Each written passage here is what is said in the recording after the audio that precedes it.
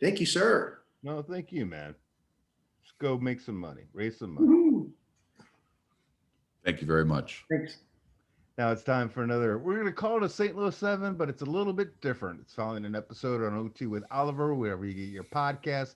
The charity, the name of it, Keep Live Alive St. Louis. Again, we can't explain everything that we talked about on the podcast. So go listen to the podcast if you have some questions about what we're talking about. But it's an event that's going to be live in the middle of March. What's the date again, guys? It premieres March 12th, And it's it's going to 7 be p.m. Central Time. 7 p.m. It's going to be available for around 6 months to view afterwards in case you're busy.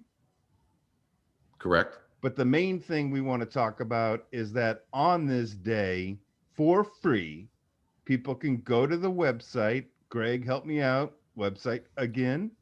Is Keep Live Alive, STL.org. And they can hear from Sammy Hagar, Kevin Cronin, Pat and Danny Liston from Mama's Pride, tons of stuff. Right.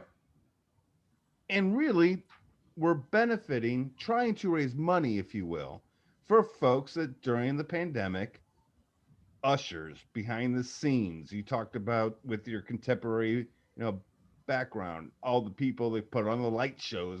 There's been nothing for a year, and this is where the money's going to.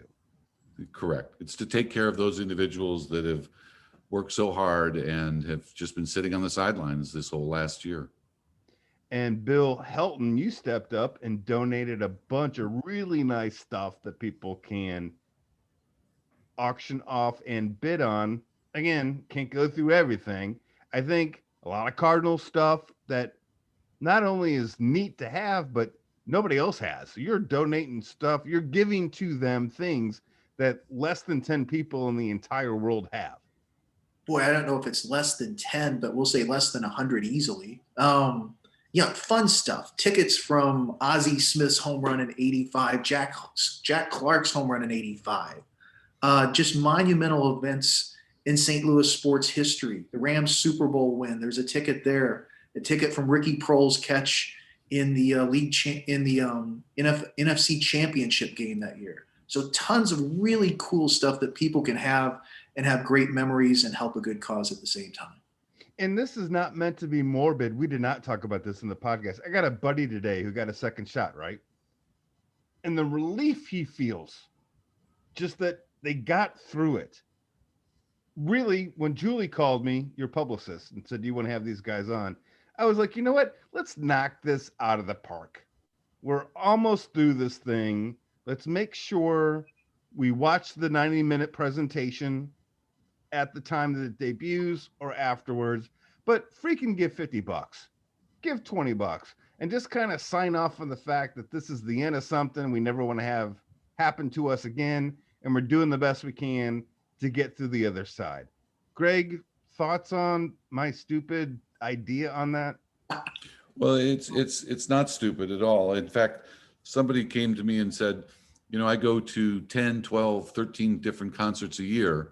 And they said, you know what, I could just take one of those nights, which is probably $75 or $100, and donate it to Keep Live Alive.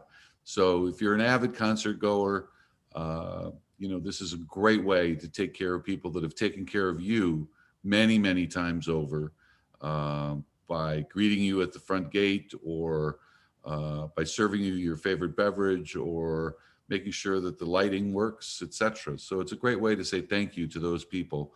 And we want to keep them enthused and energized and invigorated, because we want them back. So hopefully this can make a difference in their lives. And no disrespect to other very meaningful, important causes. I'm not asking this. We're not asking this again next year. We're not asking this again every year for the next 10 years. This is like, let's just get that last hurdle over with, and we'll all be good. Yep. All right. Bill, you volunteered a lot of personal items because you like the cause and because they're really cool items. We joked during the podcast about how knowledgeable you are in regards to sports and things. My last question for you is, Why should people watch this event? You know, it's a great way to connect with all the concert people and all the things that happen in St. Louis that are special and magical. And one of the things nobody ever talks about is how fortunate we are here in St. Louis, that when a concert comes to town or an event comes to town, we can usually get tickets. Try to go to Chicago, try to go to New York, try to go to Philly, try to go to Boston, and try to get a ticket to anything. And it's really difficult.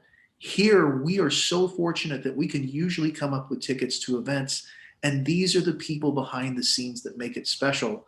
And if you think about it in COVID terms, if I'm the audio guy, if I'm the lighting guy, I can't go get a side gig. There are no side gigs for lighting guys and audio guys. Whereas somebody like me who writes for a living, I can go try to side pedal and get a side gig if I get laid off. It doesn't work that way. So these folks really need our help because none of those shows happen without them. Greg, gonna wrap it up, not to put you on the spot. When you look at this kind of an event and you've seen snippets of it, you don't need to tell me what Sammy Hagar says. You don't need to tell me what Paula Poundstone does. That's what people need to see the freaking presentation to know. But when they do see the presentation, what do you know they're going to walk away from with? They're going to walk away definitely understanding what it takes to put on these events and the amount of people and the different types of people.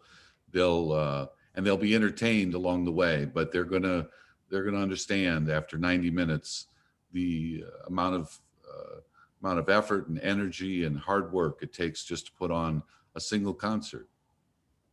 Gentlemen, enjoyed it. Let's go raise some money. Thank you very much. Stay healthy, stay good. Fantastic. Thank you. Take care.